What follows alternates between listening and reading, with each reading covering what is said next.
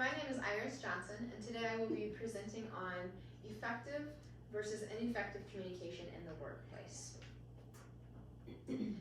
Effective communication, no matter what workplace it is in, is super important, not only in the hiring process, but throughout the entire time of communication with the boss, employees, staff, and team members.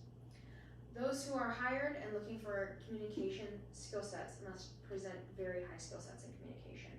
Public speaking and presentation skills are used so often in the workplace, in the job site, and anywhere that it is something that people are looking for when they are hiring. It shows what an individual is passionate about, what they care about, and often it shows how they are able to effectively make sure that problems are taken care of in the future as well as in the present.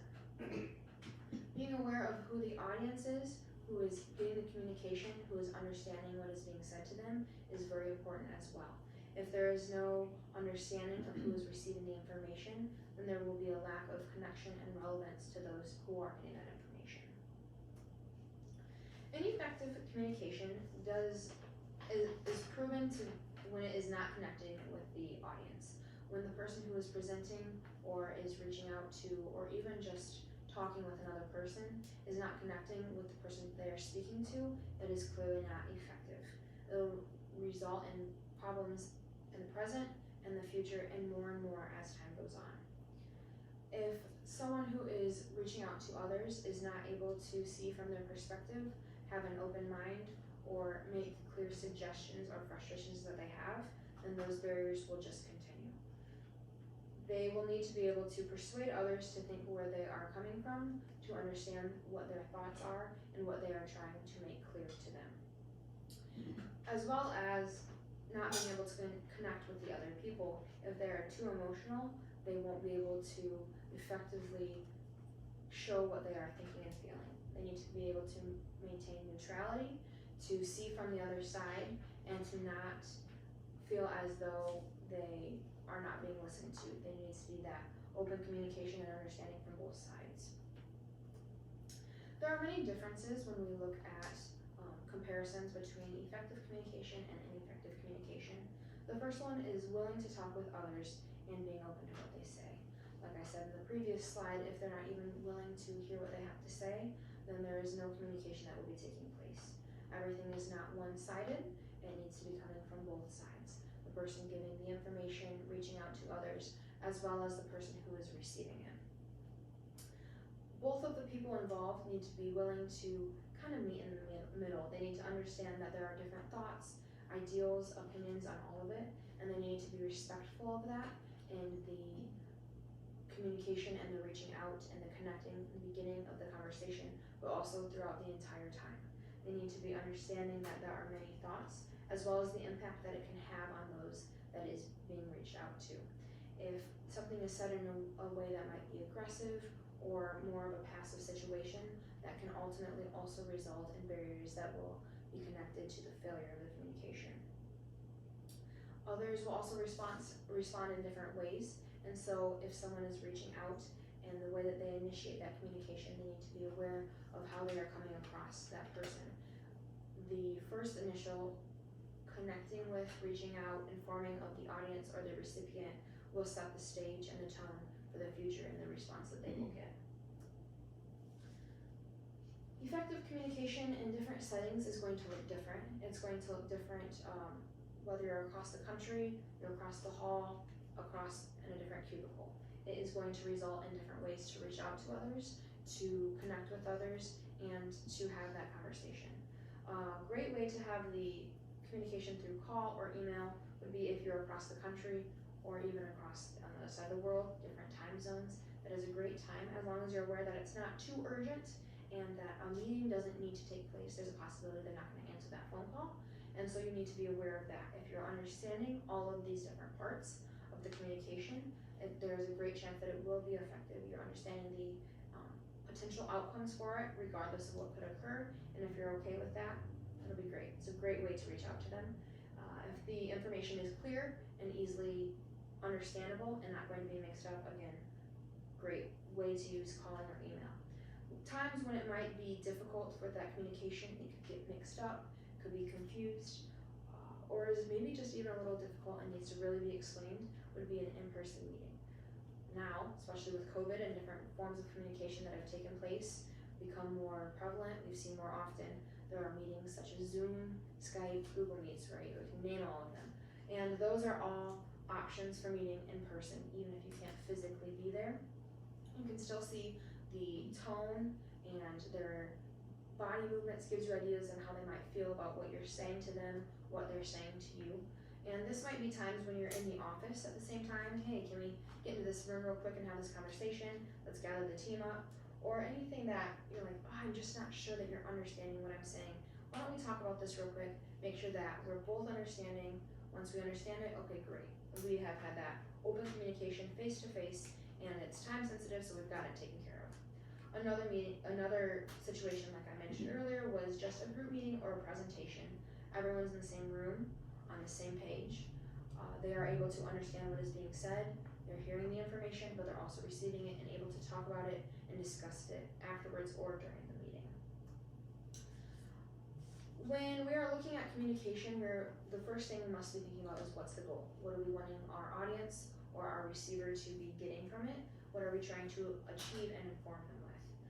We have to know that goal first. From there, we can continue with, like I said in this last slide, what's the best way to reach out to them? Either phone, email, in a meeting. From there, you're able to use your actual communication skills.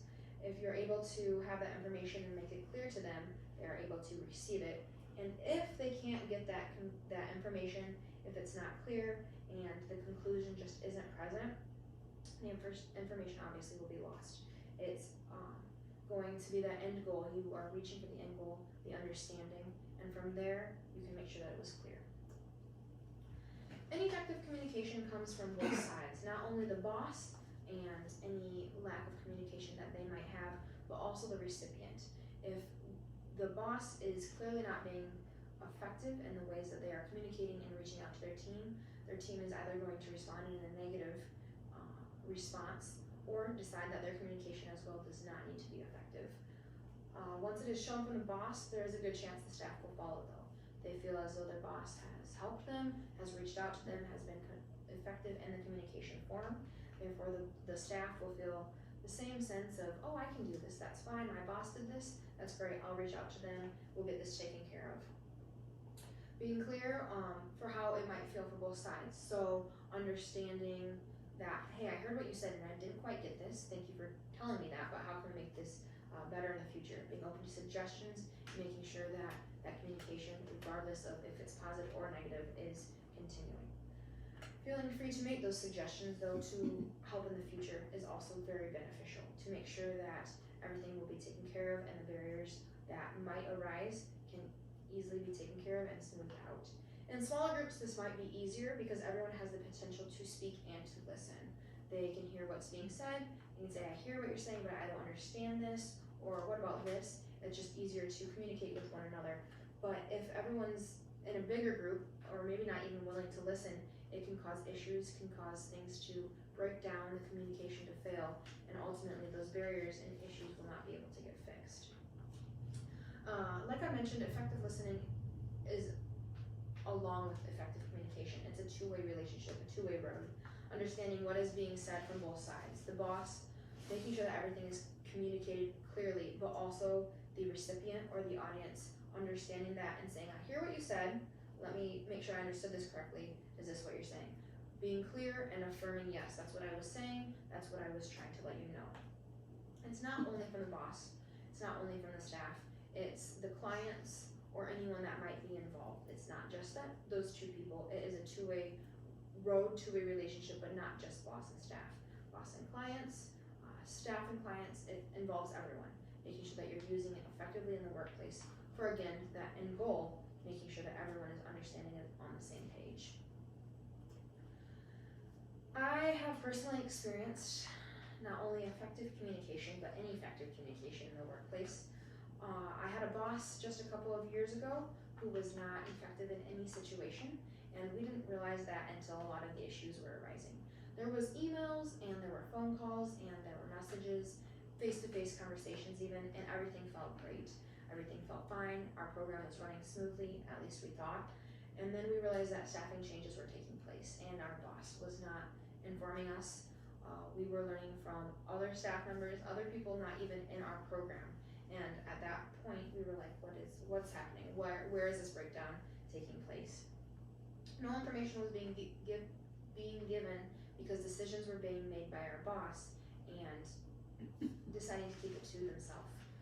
The decisions were being made, but we weren't informed of it, which was resulting in clearly no support for teachers, no support for staff, no support for students. We learned later on that our boss was in fact overwhelmed, not only in the workplace but also outside of it, which is going to ultimately result in a lot of ineffective communication. You feel the stress and the overwhelming outside of the workplace, you're most likely going to bring it in, and it's going to result in issues and barriers and struggles within your team. An example of this specifically was when our boss left and our staff was very confused. We had no boss for 2 weeks. We didn't know what happened to that boss. We'd already had concerns and we were not sure what was going on, and issues started to arise in the team. We saw that there was a lack of communication from our boss, and that was resulting in a lack of communication amongst our team as well. Resulted in our boss being okay, but we didn't know that because no communication was made clear during or before or even after the trip. We had to reach out and figure it out ourselves. This all ended, and I'll speak a little bit more on this in the conclusion, but our boss ended up leaving 2 days before the school year began. We didn't know that. We actually weren't communicated with from our boss, ironically. It was actually our boss's administration who informed us with, ending the lack of communication from our boss, and again, lack of communication. And from there, it resulted in things and ways that we figured that we could improve communication in our workplace. We had interviews to hire out for our new boss, and we asked how this new person who we were bringing into this position could help, how they could see communication continuing in the workplace, how they might feel that we could use it within our team, within our families, that we worked with, within our staff, general education, administration.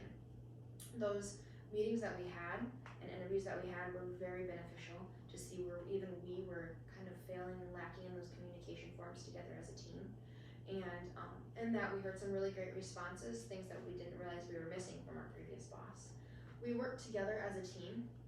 We sat down and we figured out where the communication was failing, where the emails were coming in, but they had no information that we really needed, where the emails were coming in, but it was not even communication, it was just a story.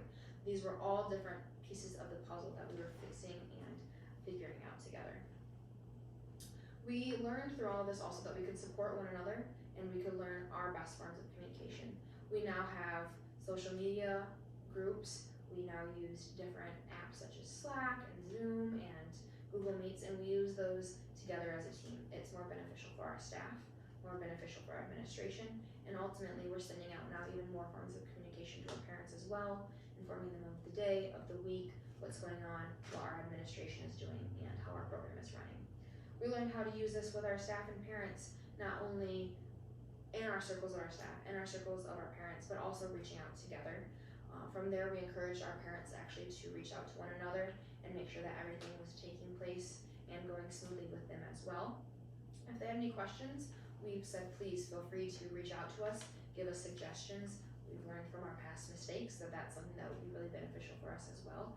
And even from, it's just been a year, last few months even, we've been able to hire in some new people, and we have already seen some great success and additions to this communication.